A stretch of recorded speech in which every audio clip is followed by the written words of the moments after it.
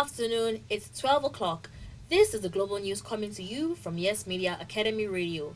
In the headlines, federal government extends curfew for 4 weeks. Nigeria confirms 3 more deaths as COVID-19 infections cross 45,000. PDP blames Oshiomhole for police invasion of Edo Assembly. Enugu NMA election turns bloody. Headsman to die by hanging for killing herder in Ekiti. And on the foreign scene, China sentences another Canadian to death on drug charges. Now the news in detail. I am Temiloluwa. The federal government has announced the extension of the second phase of the eased lockdown for 4 weeks. Part of the extended protocols is the 10 p.m. to 4 a.m. curfew imposed on the country in June. The extension was announced on Thursday by Secretary to the Government of the Federation (SGF) and Chairman of the Presidential Task Force (PT), having been previously extended twice due to observed disregard by Nigerians. National Coordinator of the PTF, Dr. Sani Aliyu, explained that most of the guidelines pertaining to non-pharmaceutical interventions would remain except for some minor adjustments, whereas they reported 3 more deaths from COVID-19 as the country's infections from the virus crossed 45,000. The Nigeria Center for Disease Control (NCDC), which revealed the latest figure, also said the West African nation had 300 states and the Federal Capital Territory (FCT) taking the country's tally to 45,244. A breakdown of the new infections from the virus indicated that the FCT had the highest number of fresh cases, 78, and is followed by the country's COVID-19, Oyo 18, Nasarawa 17, Rivers 17, and Ogun 12, Plateau 11, Kano 9, Bauchi 6, Borno 6, and Ekiti 6 reported the remaining COVID-19 cases for Thursday. Who contracted the virus have been successfully treated on discharge. 930 deaths have so far been confirmed according to the NCDC data. The People's Democratic Party has accused the former national chairman of the All Progressives Congress, Adams Oshiomhole, of allegedly deploying security agents to take over the Edo State House of Assembly. The National Publicity Secretary of the PDP, Kola Ologbondiyan, said this on Thursday while he charged the Inspector General of Police, Adamu Mohammed, to stop the attempt to take over the assembly. Ologbondiyan, in a statement titled "Stop Invasion of Edo Assembly Now," said the party posted that the invasion and illegal occupation of the state legislature by security agents allegedly deployed by sacked national chairman of the APC, Adams Oshiomhole, is a direct coup against the democratic order of Edo State and a recipe for anarchy, chaos, and bloodletting. Ologbondiyan also condemned what he referred to as this notorious resort to self-help by the APC and their agents to forcefully take over power in Edo State through the back door. Meanwhile, the All Progressives Congress has said the governor of Edo State, Governor Obaseki, was responsible for numerous seats to the Edo Assembly complex. It also rubbished claims that his leadership ferried pleas from Abuja to block the assembly complex. In a statement by the chairman of the State Media Campaign Council, Mr. John Mayaki, the party accused the state government of carrying out several onslaughts against the constitutional independence of the legislative arm of government by attacking its members-elect and denying them representation. The Enugu State branch of the Nigerian Medical Association turned bloody on Thursday.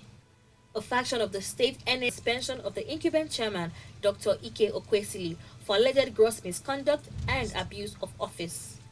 They subsequently appointed one of the deputy vice chairman Enugu East, Dr. Kingsley Woye, as acting chairman, and the election of the new executive of the association for the next 2 years were seriously injured by thugs who invaded the venue. The thugs, numbering over 30, had stormed the venue with dangerous weapons while voting was going on and started destroying chairs, tables, and canopies, among other objects used for the election. They upturned the ballot boxes and pounced on members of the electoral committee, leading to the doctors scampering to safety for fear of losing their lives. While some sustained injuries trying to escape from the thugs, others, including the NMA chairman in the state, Dr. Ike Okwesili, were thoroughly beaten and wounded. One of the doctors, Dr. Ejike Odo, stated that "we hope he is fine wherever he may be because he was brutalized." The doctor narrated that policemen who were drafted to the venue of the election had hectic time preventing major casualties. In the process to control the crowd and send people away from the venue, they also dealt with serious blows on the members, he added.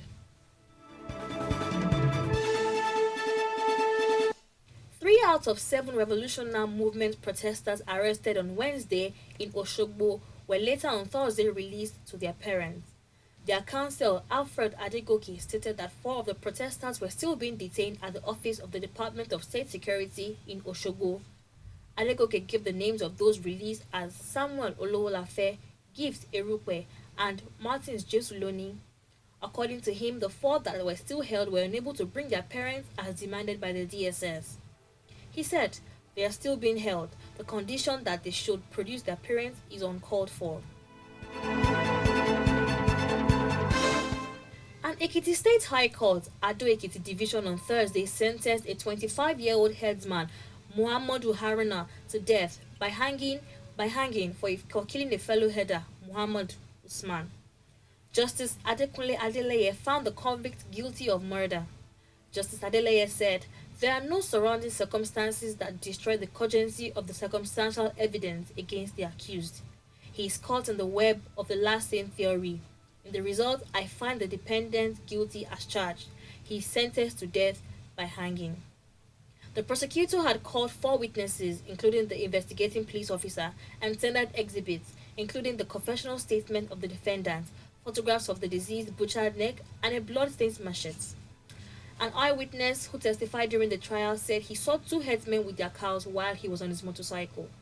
The witness said he later discovered that one of them was returning a blood-stained machete and the other one lay face down in a pool of his own blood with machete cuts on his neck.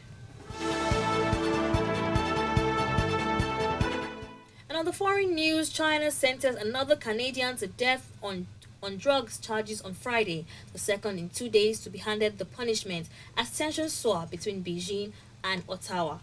The Foshan province said Ye Jiahui had been sentenced for trafficking and manufacturing drugs and would have all his assets confiscated.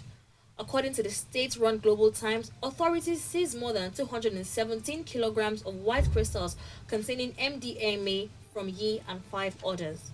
The rest of the group were also sentenced on Friday, and while the others were given lesser penalties.